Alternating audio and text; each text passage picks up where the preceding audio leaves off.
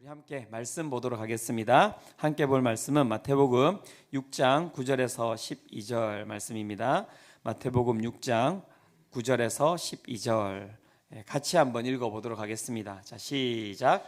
그러므로 너희는 이렇게 기도하라. 하늘에 계신 우리 아버지여, 이름이 거룩히 여김을 받으시오며 나라가 임하시오며 뜻이 하늘에서 이루어진 것 같이 땅에서도 이루어지이다. 오늘 우리에게 일용할 양식을 주시옵고 우리가 우리에게 죄 지은 자를 사하여 준 것 같이 우리 죄를 사하여 주시옵고. 아멘. 아멘. 주님께서 가르쳐 주신 기도 그 가운데서 이제 두 부분으로 나눠질 때 하나님께 드리는 기도 한 부분과 인간에 대한 간구, 이렇게 두 부분으로 나눠진다고 하였는데요. 이제 우리가 인간에 대한 간구로 지난주 우리가 오늘 일용할 양식을 주시옵고 라는 기도를 살펴보았습니다. 한 주간 어떻게 하나님이 주시는 일용할 양식 가운데 잘 사셨습니까? 네, 우리 옆에 있는 분들에게 한번 이야기해 주셨으면 좋겠는데요. 오늘 일용할 양식을 누립시다. 한번 이야기해 주시겠습니까? 네, 오늘 일용할 양식, 그것을 누리며 살아가는 것이 성도의 삶이라고 말씀은 이야기를 하고 있습니다. 그래서 우리가 세상에서 이야기하는 세상의 어떤 만무니즘, 그 가운데 부와 명예와 권세와 그것들을 쌓아두고 거기서 우리가 안정감을 누리며 살아가는 것이 아니라 오늘 우리에게 주시는 일용할 양식을 기뻐하고 또 그 가운데 하루하루 우리를 지키시는 그 하나님을 바라보며 하나님으로부터 우리의 모든 것이 옵니다라는 고백을 하며 살아가는 것, 그것이 바로 성도의 삶이라고 이야기를 하였습니다. 그것을 믿으며 나아가는 우리 수성빛교회 모든 성도들 가운데 하나님께서 풍성한 일용할 양식을 허락하여 주실 줄로 믿습니다.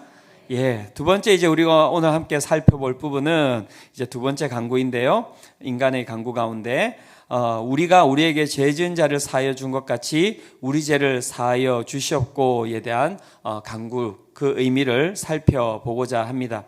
이 간구는 어떤 것인가, 이 기도는 어떤 것인가 라고 이야기할 때 딱 한 문장으로 요약이 됩니다. 이 기도는 어떤 기도입니까? 어떤 간구입니까? 그것은 용서에 대한 부분입니다. 용서에 대한 기도, 용서에 대한 간구라고 이야기를 할 수 있습니다. 용서라는 말이 나오면 참 우리는 마음이 불편한 것 같습니다. 왜냐하면 우리 마음 가운데는 용서하지 않는 사람, 용서되지 않는 사람 한 명 정도는 다 마음에 품고 살아가고 있지 않습니까? 그래서 누구도 이 용서라고 하는 이 말을 편안하게 받아들일 수는 없는 것 같고요. 이 용서라는 이 단어에 우리 모두는 걸려서 이렇게 살아가고 있는 것 같습니다. 그런 의미에서 본다면 우리가 드리는 이 기도가 우리에게 어떻게 보면 꼭 필요한 기도임을 우리는 알 수 있습니다. 그렇다면 주님께서 인간의 간구로 두 번째 우리에게 이야기해 주신 이 우리가 우리에게 죄 지은 자를 사하여 준 것 같이 우리 죄를 사하여 주시옵고는 어떤 간구라고 볼 수 있을까요? 먼저 여기에서 죄가 무슨 뜻인지에 대해서 우리가 한번 살펴보고자 합니다. 여기에서 죄라고 하는 것은 어떤 뜻을 가지고 있냐면 빚을 졌다라는 뜻을 가지고 있습니다. 죄라는 것이 빚을 졌다라는 뜻을 가지고 있는데 유대인들은 이 죄를 갖다가 빚의 개념을 가지고 와서 죄를 졌다라고 이야기할 때 우리는 빚을 졌다라는 것과 똑같은 단어를 쓰고 있고요. 그 다음에 죄를 용서한다라고 이야기할 때 그것은 빚을 탕감한다라는 뜻을 가지고 있는 것입니다. 그래서 즉 이 기도는 이렇게 바뀔 수가 있는 것입니다. 우리가 우리에게 빚진 자들의 빚을 탕감하여 준 것 같이 우리의 빚을 탕감하여 주시옵고 라는 의미를 가지고 있는 것입니다. 문득 이제 이 부분을 묵상하면서 이 한국교회를 제가 곰곰이 생각해 봤는데요. 한국교회가 참 왜 이렇게 사람들한테 정말 어떻게 보면은 외면을 받고 있고 이 교회가 왜 이렇게 메말라 있을까라는 좀 생각을 하게 되었던 것 같습니다. 그래서 곰곰이 생각해 봤더니 이 한국교회 가운데 상처받은 분들이 너무나 많은 거예요. 그래서 제가 이전에 이제 분당 우리 교회에 있을 때도 이렇게 많은 분들을 신방하는데 신방을 하면 뭐 99%, 뭐 100%라고 이야기는 하기는 어려운데요. 99% 신방을 하면 다 하시는 얘기가 뭐냐면 상처받았다는 거예요. 자기가 누구에게 상처받고 이렇게 상처받았다는 거예요. 그래서 제가 다시 막 생각하면서 그래 하나라도 한번 찾아보자. 어떤 걸 찾아보자고 생각했냐면 내가 상처를 줬습니다라고 이야기했던 분을 한번 찾아보자라고 생각을 했는데 한 분도 없어요. 저한테 와가지고 제가 누구에게 목사님 상처를 줬습니다. 어떻게 하면 좋겠습니까? 라고 저하고 상담했던 분이 한 분도 계시지 않고 모든 분들이 다 상처를 받았다고만 이야기를 하시는 거예요. 그럼 도대체 다 상처받은 사람은 이래 맞는데 상처 준 사람은 어디에 있을까요? 제가 이제 되게 궁금한 거예요. 그래서 도대체 우리는 누구에게 상처를 받으면서 이렇게 살아가고 있는 것일까? 상처를 받았다는 것이 어떤 뜻입니까? 이 가운데서는 우리가 빚을 가지고 있다는 것을 이야기를 하는 것이죠. 그래서 그 말은 우리가 상처를 내가 받았다는 것은 누군가 나에게 죄를 지었다라고 이야기를 할 수 있는 것입니다. 그래서 살펴보면 이 교회 가운데 빚쟁이들은 많은 거예요. 누군가 다 우리 가운데 빚을 진 사람들이니까요. 마음의 상처를 가지고 살아가는. 그런데 이 가운데서 빚진 자들은 한 명도 없어요. 다 자신들은 빚진 자가 아니라고 생각하면서 살아가고 있는 것이니까요. 여러분 한번 생각해 보십시오. 여기에 다 빚쟁이들만 모여 있는 거예요. 어떨 것 같습니까? 이 공동체의 분위기가? 제가 이제 생각해 봤더니 다 이제 상처받고 누군가에게 이제 다 이제 빚을 가지고 있는 거죠. 그 빚을 받기 위해서 다 이제 어떻게 보면은 눈을 부라리고 있는 거 아닙니까? 너 빨리 나한테 와서 빚을 갚아라. 왜 나한테 와서 죄를 갖다가 사해달라고 용서해달라고 이야기하지 않냐? 모두가 다 그런 태도로 살아가고 있는 것이죠. 나는 누구에게 빚을 졌다라는 생각을 하면서 살아가고 있는 게 아니에요. 그러니까 이 공동체가 건조한 거예요. 그러니까 이 공동체가 메말라 있는 거예요. 다들 빚을 받기 위해서 이렇게 힘쓰면서 살아가고 있다 보니까 이 공동체에 들어오면 하나님은 사랑이시라라고 이야기하지만 그게 아니라 이 공동체에 오면은 다들 눈에 살기를 띠고 있는 거죠. 빚을 받기 위해서. 그래서 한국교회가 이렇게 많은 사람들에게 외면받는 것은 아닌가? 좀 그런 생각을 해보게 되었습니다. 어쨌든 그래서 이 용서라고 하는 이 단어는 우리를 되게 불편하게 만들어요. 지금도 용서라고 이야기하니까 오늘 괜히 왔다 이런 분들 계시잖아요. 그죠? 이 또 나한테 용서하라고 이야기하면 어떡하지? 내가 그 사람은 절대 내가 용서할 수 없는데 이 용서라고 하는 개념은 그냥 그 사람이 가지고 있는 빚을 탕감해 주는 것을 넘어서서 그 사람과 계속해서 관계를 지속한다라는 뜻을 가지고 있거든요. 그러니까 이게 얼마나 이 부대끼는 일입니까? 우리 가운데. 그런데 이 예수님께서 가르쳐 주신 이 기도는 우리를 더 힘들게 만들어요. 어떻게 이 이야기를 하고 있습니까? 우리가 우리에게 죄 지은 자를 사하여 준 것 같이 조건이 붙어 있어요. 조건이. 그래서 우리에게 죄 지은 자를 우리가 사하여 준 것 같이 어떻게 해요? 하나님께서도 우리의 죄를 사하여 주시옵소서라고 이야기를 하니까 많은 분들이 주기도문을 막 이렇게 같이 함께 기도를 드리시다가 딱 여기에서 걸려서 기도를 안 하시는 분들이 많으시대요. 나는 이 기도를 할 수가 없다. 왜요? 내 가운데 용서할 수 없는 사람들이 있는데 그렇다면 내가 용서할 수 없는 사람들인데 어떻게 하나님께 용서를 받지? 그러니까 그냥 여기에서 포기해버리고 그래 나는 이제 그냥 용서를 받지 않고 살아가련다. 이렇게 하는 분들이 많으시다는 거예요. 사랑하는 성도 여러분, 오늘 잘 오셨습니다. 왜냐하면 이 의미가 이런 의미가 아니에요. 원어를 살펴보면 우리가 보고 있는 이 한글 성경과는 다른 의미를 이 본문이 가지고 있습니다. 원어의 의미를 해석해 보면 어떤 의미를 가지고 있는가라고 이야기할 때 김세현 교수님이 이렇게 해석하고 있습니다. 하나님, 우리의 죄를 용서해 주시옵소서. 그와 동시에 우리도 우리에게 빚진 자들을 용서하겠나이다. 그러니까 조건절이 아닌 거예요. 하나님, 우리의 죄를 용서하여 주시옵소서. 동시에 우리도 우리에게 빚진 자들을 용서하겠나이다. 이것이 함께 이루어지고 있는 하나의 문장으로 되어 있다고 이야기를 하고 있습니다. 같이 한번 읽어볼까요? 자, 시작. 우리의 죄를 용서해 주시옵소서. 그와 동시에 우리도 우리에게 빚진 자들을 용서하겠나이다. 이런 의미를 가지고 있는 거예요. 이 조건자랑은 완전히 다른 의미를 가지고 있는 것이죠. 김난준 목사님이 그 주기도문 책에서도 이렇게 설명하고 있습니다. 이 구절에 대해서. 이 간구를 대하며 우리가 품어야 할 의무는 오히려 우리에게 다른 사람을 용서하며 살아갈 수 있는 사랑의 성향이 있는가 하는 문제입니다. 그러니까 조건에 대한 문제가 아니라 이 기도는 무엇을 물어보고 있는 것인가 라고 할 때 우리 가운데 사랑의 성향이 있는가에 대해서 물어보고 있는 문제입니다. 우리는 끊임없이 용서받는 자로서 또 다른 사람을 향해서도 용서를 베풀며 살아가야 할 존재들입니다 라고 이 간구를 갖다가 해석을 하고 있습니다. 그럼 어떤 의미를 가지고 있는 것입니까? 딱 이렇게 심플하게 정리가 될 수 있는데요. 이 간구의 의미는 무엇이냐면 하나님, 내 삶이 용서받는 자의 삶을 살아가게 하시고 용서하는 자의 삶을 살아가게 하여 주시옵소서, 이 간구를 의미하는 거예요. 그러니까 완전히 한글 성경하고는 완전히 다르죠. 그죠? 조건절하고는 완전히 다른 것입니다. 하나님, 내가 사랑을 받는 자로 살아가게 해 주시고 내가 하나님 사랑을 베푸는 자로 살아가게 하여 주시옵소서, 이게 이 기도의 본질적인 의미라고 이야기를 하고 있는 것입니다. 그렇다면 용서받는 자의 삶을 살아가게 하여 주시옵소서가 이 간구의 첫 번째 의미라고 할 수 있는데, 용서받는 자의 삶은 어떤 것을 의미하는 것일까요? 첫 번째, 그것은 두 가지 용서를 이야기하고 있는데, 첫 번째 용서받는 자의 그 용서는 무엇이냐면 영원한 용서를 이야기를 하고 있습니다. 그리스도인이라고 이야기할 때 그리스도인은 예수 그리스도의 십자가의 보혈의 능력으로 말미암아 우리의 모든 죄가 다 씻음을 받은 자들, 그것이 바로 그리스도인이라고 이야기를 하고 있습니다.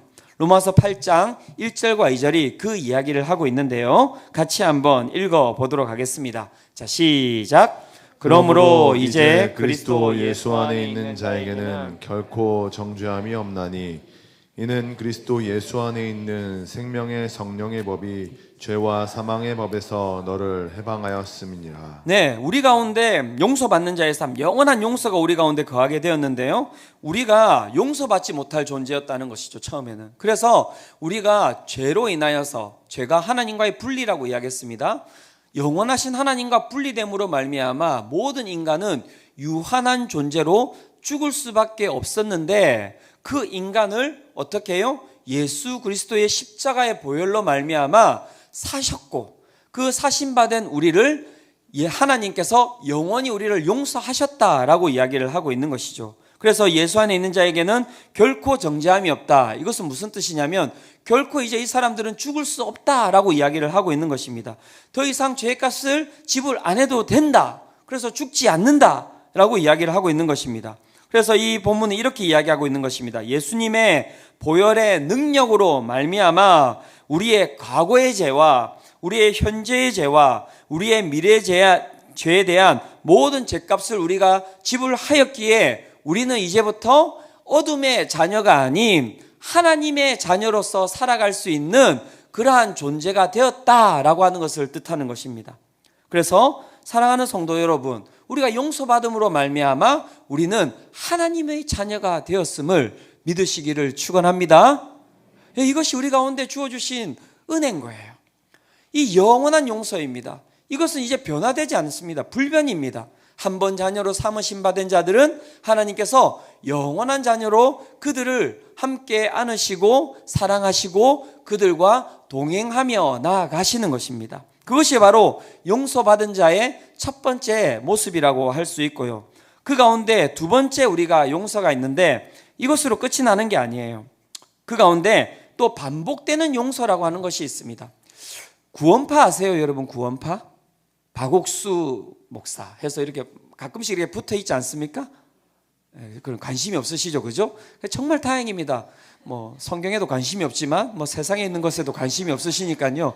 어차피 그거에 끌려가실 일은 없으실 것 같아요, 우리 성도님들은. 네. 그래서 거기가 가지고 있는 교리가 무엇이냐면 영원한 이 용서로 말미암아 더 이상 우리가 회개 안 해도 된다는 거예요. 그래서 마음껏 죄를 저질러라, 상관없다, 이렇게 이야기를 하는 게 실제 이제 구원파의 교리라고 할 수 있는데, 저희가 가지고 있는 교리는 그것이 아닙니다. 그 가운데 영원한 용서가 있고요, 그 가운데 반복되는 용서가 우리 가운데 있다라고 성경이 이야기를 하고 있지 않습니까? 그래서 예수님께서 너희가 기도를 해야 되는데 우리가 용서받는 자의 삶을 살아가게 하여 주시옵소서, 날마다라고 하는 것이 붙어 있거든요. 그래서 여기에는 영원한 용서도 들어가 있지만 이 가운데는 반복되는 용서가 들어가 있는 거예요. 회개해야 된다라고 하는 부분들이 들어가 있는 것입니다. 그 이야기를 이제 하고 있는 것이거든요. 그래서 우리가 하나님의 백성, 또 하나님의 자녀가 되었지만 실제 우리는 세상에 거하면서 어떻게 살아가고 있습니까? 끊임없이 죄를 짓고 살아가고 있지 않습니까? 그래서 항상 뭐 저도 마찬가지입니다. 한 주를 살아가다 보면 여러 가지 제가 죄를 짓고 살아가고 있죠. 마음의 뭐 음란함들, 뭐 여러 가지 세상에 대한 생각들, 이런 죄를 짓고 살아가고 있고, 지금 여기에서도 예배를 드리고 있지만 오늘 점심 뭐 먹지? 이러면서 지금 끊임없이 죄를 짓고 계시는 분들 계시잖아요. 그죠? 하나님 앞에 온전히 나아가지 못하시고, 예, 우리는 끊임없이 죄를 짓고 살아갈 수밖에 없는 것입니다. 제가 이런 예를 이 이제 상황 가운데 사용하고 있는데요. 이런 부분입니다. 임금님이 어느 날 지나가다가 다리 밑에서 이 거지 아이를 하나를 발견한 거예요. 그래서 이 거지 아이를 발견해 가지고 임금님이 이 아이를 갖다가 자녀로 삼은 겁니다. 양자로 삼은 거예요. 그럼 제가 이제 여러분께 물어보도록 하겠습니다. 이 아이는 거지입니까? 왕자입니까? 왕거지입니까? 네. 거지입니까? 왕자입니까? 네, 왕자죠. 그죠? 예. 왕자인 거예요. 그죠? 왜냐하면 임금이 이 아이를 어떻게 해요? 자신의 자녀로 삼았기 때문에요. 그래서 이 임금은 절대 이 일을 갖다가 이제 무르지 않을 겁니다. 그래서 이 아이는 이제부터 영원토록 그 임금 가운데서 왕자로서 살아가는 거예요. 그런데 한 가지 문제가 있는데, 그것이 무엇이냐면 얘가 살았던 삶이 있잖아요. 삶이 있죠. 사람은 잘 안 바뀌거든요. 얘한테 뭐가 있겠습니까? 근성이 있어요. 무슨 근성? 거지 근성이 있는 거예요. 그거 똑같은 것입니다. 저희가 하나님의 자녀가 된 거예요. 하나님의 백성이 된 거예요. 그래서 하나님의 자녀로 살아가는데 그 가운데 우리가 살았던 무엇이 있습니까? 어둠에서 살았던 우리의 근성이 있는 거예요. 그래서 그 근성이 오늘도 우리를 어떻게 해요? 계속해서 건드리고 있는 거예요. 그래서 우리 가운데 있는 거지 근성이라고 이야기하는 것들이 끊임없이 우리를 붙들고 있는데, 그것에 대해서 성경도 우리 가운데 그러한 근성들이 있다라고 이야기를 하고 있습니다. 바울이 그 이야기를 해주고 있는데요. 로마서 7장 23절과 24절이 그 이야기를 하고 있습니다. 같이 한번 읽어보도록 하겠습니다. 자, 시작. 내 지체 속에서 한 다른 법이 내 마음의 법과 싸워 내 지체 속에 있는 죄의 법으로 나를 사로잡는 것을 보는도다. 오라, 나는 공고한 사람이로다. 이 사망의 몸에서 누가 나를 건져내랴. 바울이 지금 뭐라고 이야기하고 있습니까? 내가 정말 하나님 안에 거하고 있지만, 그런데 내 가운데 무엇이 있다고요? 죄의 법이 있다고요. 내 가운데 오늘도 바뀌지 아니하는 그 사망의 모습이 내 가운데 있다고 그 이야기를 하고 있는 것입니다. 그래서 그가 자신을 무엇이라고 이야기하고 있습니까? 오라, 나는 공고한 사람이다 라고 탄식하고 있는 것이죠. 나는 거지 근성을 가지고 살아가는 사람입니다 라고 그가 이야기를 하고 있는 것입니다. 이 거지 근성이라고 하는 거, 우리가 가지고 있는 죄의 법이라고 이야기하고 우리 가운데 바뀌지 아니하는 이 모습들이 우리에게 주는 것이 무엇인지 아십니까? 그것은 죄책감을 주게 되고요, 그 가운데 우리 가운데 자책감을 불러일으키게 됩니다. 그래서 옆에서 우리를 아무리 왕자라고 이야기하고 당신은 하나님의 아름다운 공주입니다라고 이야기를 해도 오늘 내가 살았던 그 삶이 내 마음 가운데서 어떤 마음을 불러일으키냐면, 너는 왕자가 아니야 라고 이야기하고 있는 거예요. 너 그렇게 살았는데 네가 무슨 왕자야? 네가 어제 그런 생각을 했는데, 네가 어제 그런 모습을 가지고 있었는데, 네가 이 사람을 용서하지 못하는데 네가 하나님의 자녀라고?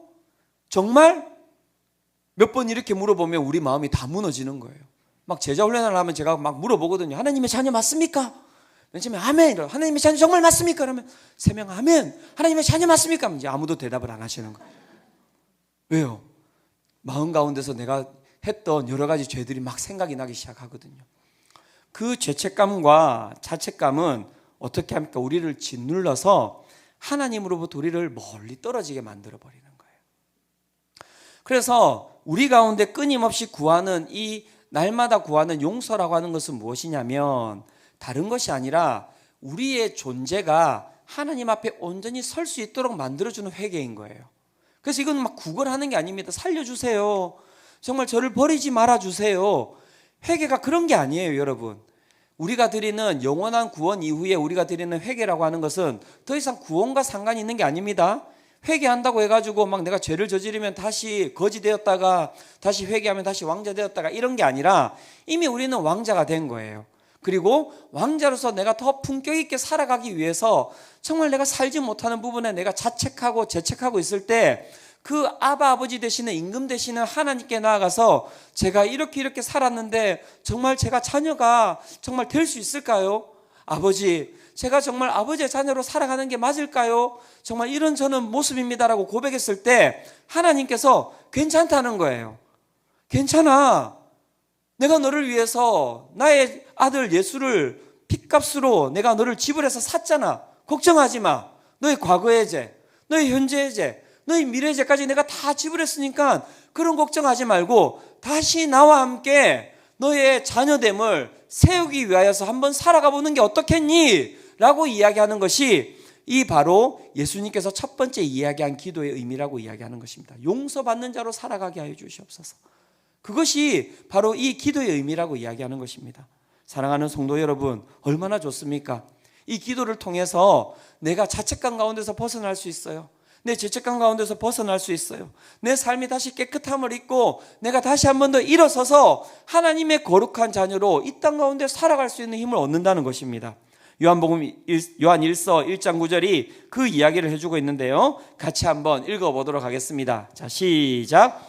만일 우리가 우리 죄를 자백하면 그는 미쁘시고 의로우사 우리 죄를 사하시며 우리를 모든 불의에서 깨끗하게 하실 것이요. 예, 여기서 이야기하는 우리 죄를 자백하면이라고 이야기하는 우리 원죄를 이야기하는 게 아니라 오늘도 내가 저지르는 수많은 죄들을 이야기하는 거예요. 그 수많은 죄들을 하나님께 자백하면 그는 믿을만 하시고, 미쁘시다는 것은 믿을만 하다라는 뜻입니다. 믿을만 하시고 의로우셔서 우리가 고백하는 것들을 다 사하여 주시고 우리를 모든 불의에서 깨끗게 하여 주신다라고 성경이 이야기를 하고 있는 것입니다. 용서받는 자의 삶, 그건 다른 것이 아닙니다. 그것은 날마다 하나님, 내가 하나님의 사랑받고 싶습니다, 이렇게 고백하는 거예요. 우리는 날마다 우리의 먹을 것을 공급해 주시는 일용할 양식을 통하여 하나님의 사랑을 경험해야 합니다. 하지만 또 다르게 우리는 실제 매일마다 연약하게 죄를 저지르는 우리의 삶을 용서해 주시는 것을 통하여서 하나님의 사랑을 더욱더 깊이 깨달아 알게 되는 것입니다. 예수님께서 가르쳐 주신 기도, 그거는 조건절에 붙어가지고 너 이거 하면 이거 줄게, 이거 아닙니다. 그냥 나에게 와서 나의 사랑을 받았으면 좋겠다라고 말씀하여 주시는 것입니다. 우리 옆에 있는 분들에게 한번 이렇게 이야기해 주십시오. 하나님은 사랑이십니다. 한번 이야기해 주시겠습니까? 네, 하나님은 사랑이십니다. 그 사랑을 경험하는 거예요.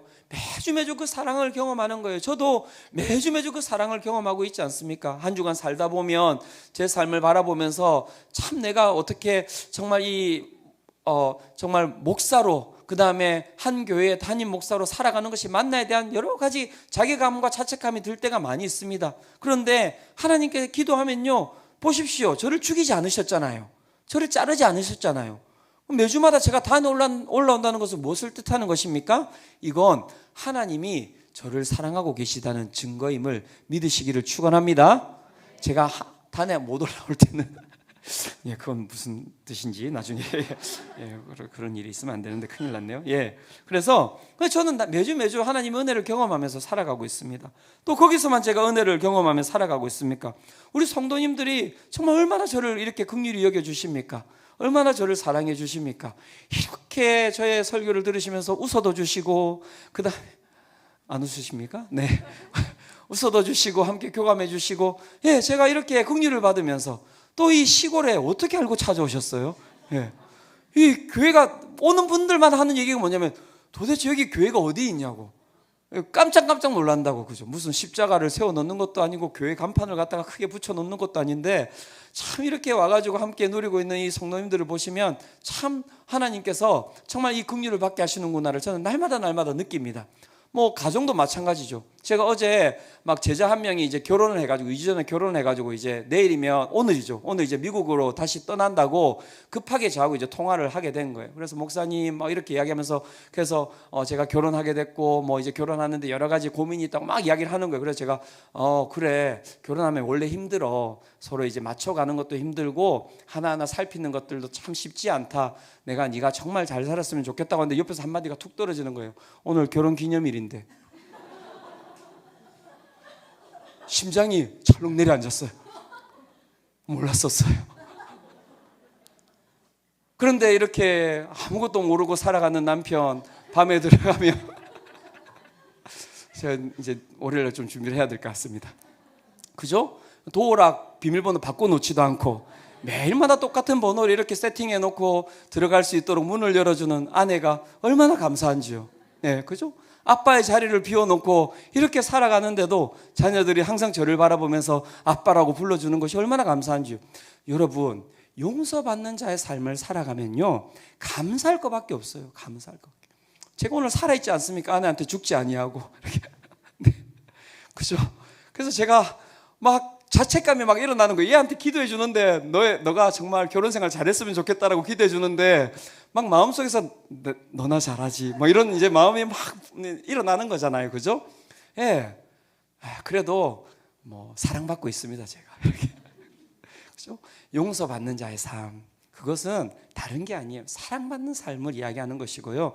우리가 그 기도를 주님께 드리며 나아가는 것은 너희가 나의 사랑을 풍성히 받았으면 좋겠다라고 이야기하시는 그 기도를 하라고 예수님께서 이야기를 하시는 것입니다. 그것이 바로 우리가 드리는 이 기도의 첫 번째 의미이고요. 두 번째는 무엇이냐면 용서하는 자의 삶을 살아라고 이야기를 하고 계십니다. 두 번째, 이 기도는 용서하는 자의 삶으로 살아가게 하여 주시옵소서라고 하는 기도인데 이게 쉽지 않습니다. 그죠? 사랑받는 건 좋은데 이 사랑을 준다고 하는 것이 참 쉽지 않죠. 앞에서도 이야기 드렸듯이 그냥 옆에서 나하고 걸리지 않았던 사람이면 사랑할 수 있어요. 그런데 하지만 내가 가지고 있는 삶에 들어와서 나를 고통스럽게 하고 나를 힘들게 하고 내 가정과 그 다음에 내 어떤 재산에 피해를 준 사람들이라고 한다면 사랑할 수 있겠습니까? 저는 사랑할 수 없다고 생각합니다. 정말 힘들다고 저는 생각합니다. 그런데 오늘 이 기도는 그렇게 힘들어하는 자들이 어떻게 사랑을 줄 수 있는 삶으로 살아가는지에 대해서 그 이야기를 하고 있는 것입니다. 이 기도는 무엇과 관련되어 있냐면 예수님께서 마태복음 18장에 말씀하셨던 비유와 관련되어 있는 그러한 기도라고 이야기를 할 수 있습니다. 마태복음 18장에 하나의 비유가 나오는데 그 비유는 무엇이냐면 이제 용서에 대한 비유가 나옵니다. 먼저 시작할 때 베드로가 이렇게 예수님한테 이야기합니다. 예수님, 저는 7번 정도 용서할 수 있는 사람입니다 라고 이렇게 한마디를 툭 던져놔요. 그러니까 자랑하는 거죠. 그때는 3번만 용서해도 많이 용서하는 거라고 생각을 했는데 그랬더니 예수님께서 베드로에게 뭐라고 이야기하십니까? 7번씩 70번 용서를 하는 게 맞다 이렇게 이야기를 하는 것이죠. 그랬더니 깜짝 놀라는 겁니다. 이게 490번을 용서하라는 것이잖아요. 그런데 이게 문자적으로 490번을 용서하라는 의미가 아니라 예수님께서 베드로에게 던지셨던 의미는 무엇이냐면 네가 가지고 있는 힘으로는, 네가 가지고 있는 의지로는, 네가 가지고 있는 능력으로는 너의 옆에 있는 사람을 절대 용서할 수 없는 것이다 라는 것을 이야기를 해주시는 거예요. 그러면서 어떻게 우리가 용서하는 자의 삶을 살아갈 수 있는지에 대해서 이제 비유로 설명을 해주시는 거예요. 그것이 비유가 무엇이냐면 1만 달란트 비유를 이야기를 하시는 것입니다. 한 임금에게 1만 달란트 빚진 자가 있었습니다. 1만 달란트 이렇게 이야기하면 한 사람이 일하는 횟수로 어마어마한 연수를 이야기합니다. 한 달란트라고 이야기할 때 이 한 달란트는 6천 데나리온이라고 이야기합니다. 6천 데나리온. 한 데나리온은 자 여기서 막 갑자기 기절하시면 안 돼요. 한 데나리온은 한 사람의 하루 품삯입니다. 그러면 우리가 1년에 한 300일 정도 일한다고 한다면 우리가 몇 데나리온을 벌 수 있습니까? 300데나리온을 벌 수 있죠. 그죠? 그런데 한 달란트가 몇 데나리온요? 6천 데나리온. 그러면 여러분 몇 년을 우리가 일해야지만이 한 달란트를 벌 수 있습니까? 20년이죠. 그죠? 여러분 1만 달란트를 그러면 우리가 벌려면 몇 년을 일해야지 1만 달란트를 벌 수 있습니까? 20만 년. 20만 년. 무슨 옛날에 뭐 100만 년 또리 뭐 이런 거는 봤어도 20만. 여러분 어마어마한 이 돈이죠. 그죠? 1만 달란트라고 하는 것은 우리가 상승을 넘어서는 그러한 비용이라고 할 수 있습니다. 그런데 이 사람이 갚을 것이 없어서 왕에게 나아갔더니 이 왕이 이 사람에게 어떻게 반응하는지에 대해서 본문이 이제 이야기를 해주고 있습니다. 마태복음 18장 27절인데요. 같이 한번 읽어보도록 하겠습니다. 자, 시작. 그 종의 주인이 불쌍히 여겨 놓아 보내며 그 빚을 탕감하여 주었더니. 자, 종이 어떠한 은혜를 얻게 되는 것입니까? 그 임금에게 그 1만 달란트의 빚을 어떻게 했다고요? 탕감받았다는 거예요. 얼마나 좋았겠습니까, 여러분?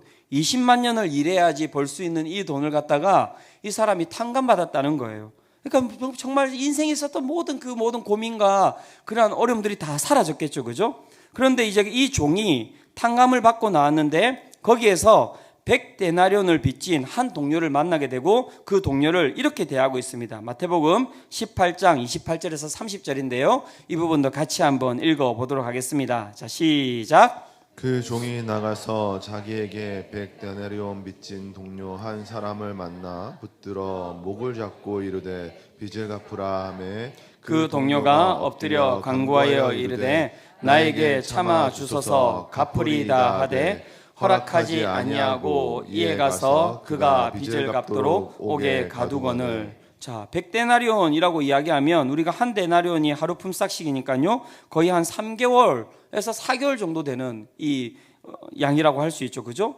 그런데 이 100데나리온 빚진 자를 어떻게 했다고요? 그가 목을 잡고 붙잡고 갚으라고 이야기하고 옥에 가두어 버렸다라고 이야기를 하고 있습니다. 이 사람의 행동에 대해서 그래서 주인이 이렇게 반응하고 있습니다. 마태복음 18장 34절 35절인데요. 이 부분도 같이 읽겠습니다. 자, 시작. 주인이 노하여 그 빚을 다 갚도록 그를 옥졸들에게 넘기니라. 너희가 각각 마음으로부터 형제를 용서하지 아니하면 나의 하늘 아버지께서도 너희에게 이와 같이 하시리라. 자, 주인이 이제 어떻게 합니까? 그를 다시 불러들여서 그에게 빚을 다 갚도록 하고 그를 옥졸들에게 넘겼다라고 이야기를 하고 있습니다. 이 주인이 노한 이유는 무엇입니까? 이 주인은 왜 이렇게 화를 내고 있는 것일까요? 그것은 이 1만 달란트 빚진 사람이 자비가 없었기 때문입니다. 용서가 없었기 때문입니다. 그러면서 이 예수님께서는 이 비유 가운데서 어떻게 용서하는 자의 삶으로 살아갈 수 있는지에 대해서 이 사람의 모습을 통하여서 이렇게 말씀하고 계시는데요. 마태복음 18장 32절과 33절 이 부분이 거의 핵심이라고 할 수 있는데요. 마태복음 18장 32절 33절 같이 한번 읽어보도록 하겠습니다. 자, 시작.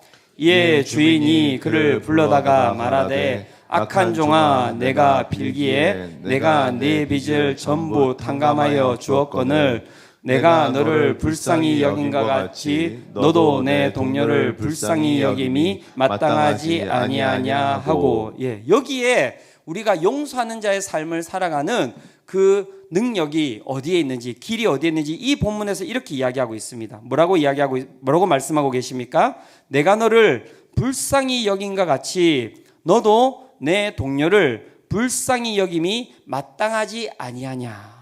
이게 우리가 용서하는 자의 삶을 살아가는 그 이유라고, 그리고 용서하는 자의 삶을 살아갈 수 있는 힘은 여기에서 나온다라고 예수님께서 말씀하고 있는 것입니다. 네가 가지고 있는 힘으로, 네가 가지고 있는 능력으로는 절대 이 100데나리온이고 1000데나리온이고 너 가운데 있는 사람을 용서할 수 없다. 우리가 용서할 수 있는 그 근거는 어디에 있는가? 용서할 수 있는 힘은 어디에 있는가? 그 힘은 어디로부터 나오는가라고 이야기할 때 내가 너를 불쌍히 여긴 같이 네가 무한하신 하나님으로부터 용서받는 삶을 살아갈 때 너가 옆에 있는 사람을 용서할 수 있는 것이다 라고 말씀이 이야기를 하고 있는 것입니다. 이게 진리인 거예요. 그래서 교회에서는 무조건 용서하라 이렇게 이야기할 수가 없는 거예요. 그래서 제가 이 본문 가지고 막 이렇게 할 수 있지 않습니까? 지금 용서하지 못하는 분들 계시죠? 하나님께서 저주하실 것입니다. 가셔서 빨리 용서하세요. 이렇게 하지 않는 이유는 여기에 막 우리가 이렇게 막 푸시한다고 해서 막 의지를 가진다고 해서 그렇게 해서 사람을 용서할 수 있는 게 아니라는 거예요. 절대 그렇게 할 수 없습니다. 절대. 오직 용서할 수 있는 길은 어디에 있습니까? 무한하신 하나님으로부터 우리가 큰 사랑을 1만 달란트 내가 절대 이 세상에서 가질 수 없는 그 사랑을 내가 충만히 받을 때 그 사랑이 내 삶 가운데 쌓이고 쌓여서 내 가운데 있는 시기, 내 가운데 있는 질투, 내 가운데 있는 미움, 내 가운데 있는 용서하지 못함을 그 마음들을 사라지게 만들어내는 거예요. 그게 그리스도인의 능력인 것입니다. 그래서 누구 보고 아니 그러한 삶 가운데서 아니 뭐 남편을 어떻게 하면 좋을까요? 용서해야지. 함부로 이야기하지 마세요. 그 자리에 가보셨습니까? 그 아픔 당해보셨습니까? 내 삶을 갖다가, 내 재산을 갖다가, 내 가정을 갖다가 그렇게 어렵게 만들었던 그 사람을 여러분 바라보면서 얼마나 힘듭니까? 그 자리에 서 보셨습니까? 그 자리에 서보지 않은 사람들은 그 마음을 모릅니다. 그래서 우리는 함부로 다시 이야기 드립니다. 아니 가서 용서하는 게 어때요? 이렇게 절대 이야기하지 마십시오. 그게 우리가 해야 될 게 아니라 기도할 수밖에 없는 거예요. 인간이 할 수 있는 능력이 아니기에. 그래서 함께 기도하는 거예요. 하나님의 은혜가 아니면, 하나님의 사랑이 아니면 우리는 용서할 수 없는 사람들입니다. 말씀은 그 이야기를 하고 있는 것입니다. 우리가 용서하는 자의 삶으로 살아갈 수 있는 유일한 방법, 그것은 무한한 용서를 하시고 날마다 용서하시는 하나님의 은혜 가운데 거할 때 우리는 용서하는 자의 삶을 살아갈 수 있는 것입니다. 결론을 맺고자 합니다. 예수님께서 가르쳐 주신 이 기도, 우리가 용서하는 것만큼 하나님께서 우리를 용서하여 주옵소서라는 기도로 여러분 생각하셨겠지만 그런 기도 아닙니다. 하나님 조건 걸고 니들이 이렇게 하면 내가 이렇게 해줄게, 그런 분 아니십니다. 하나님은 우리 가운데 사랑을 받으라고 이야기를 하고 계시는 것입니다. 예수님의 이 기도는 사랑을 받는 기도입니다. 그리고 그 사랑이 너무나 충만해서 그 사랑을 그냥 흘려보낼 수 있는 삶으로 살아가겠습니다 라고 하는 기도일 뿐인 것입니다. 저는 이 사랑이 오늘 이 예배 가운데 함께 하시리라고 믿습니다. 우리가 예배 가운데 여러분 무엇을 기대하며 나오셨습니까? 우리가 기대할 것 다른 거 없습니다. 그 하나님의 무한하신 사랑 가운데 내 삶이 붕덩 빠지는 거예요. 그렇게 할 때 우리의 얼굴이 지금 저를 바라보고 있는 빚쟁이와 같은 얼굴에서 벗어나시는 거예요. 저한테 얼마를 더 받고 싶으시기에 이렇게 저를 갖다가 째려보고 계십니까? 자, 우리 옆에 있는 분들 한번 웃어보시겠습니까? 네, 이런 얼굴이죠, 그죠? 네, 이런 얼굴. 네, 죄송합니다. 제가 이렇게 압박해서. 네, 하나님 은혜가 우리 가운데 함께하기를 원합니다. 나를 갖다가 무너뜨리는 주님, 나의 그 민감함, 오늘도 자지 못하고 그 한 사람이 내 가운데 들어와서 끊임없이 나를 불면증에 걸리게 하는 그 사람, 오늘도 내 마음 가운데 가득 차가지고 사랑 없음으로 내 마음을 가득 채워버린 그 사람, 그 모든 것들을 이겨낼 수 있는 유일한 길은 무엇이냐면 하나님의 사랑 가운데 빠지는 거예요. 그게 끝이에요. 그래서 우리는 세상 사람들과 다른 거예요. 세상 사람들은 그래서 불쌍한 겁니다. 자신이 가지고 있는 도덕성으로, 자신이 가지고 있는 그 의지로 사람을 사랑할 수 없는 거예요. 그래서 당연한 거예요. 그래서 우리는 다르게 그 사람들을 대항하는 것입니다. 왜?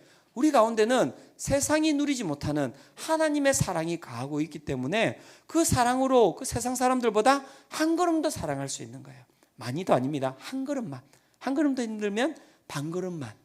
그렇게 사랑할 수 있는 겁니다.